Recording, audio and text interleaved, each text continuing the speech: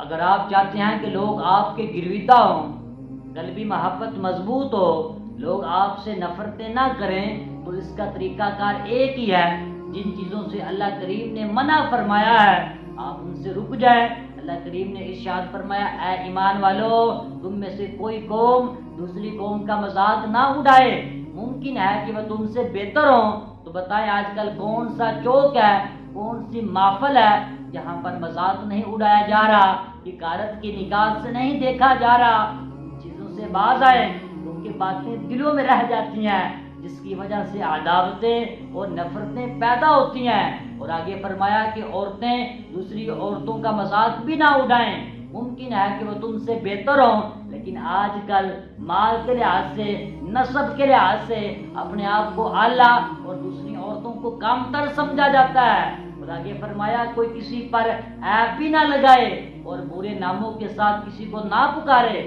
تو بتائیں یہ بیماریاں ہمارے اندر ہیں یا نہیں؟ تو ہمیں چاہیے کہ ہم ان بیماریوں کو دور کریں، اپنے نفس کی اصلاح کریں اور اپنے آپ کو قرآن اور حضور کے دامن کے ساتھ وابستہ کریں۔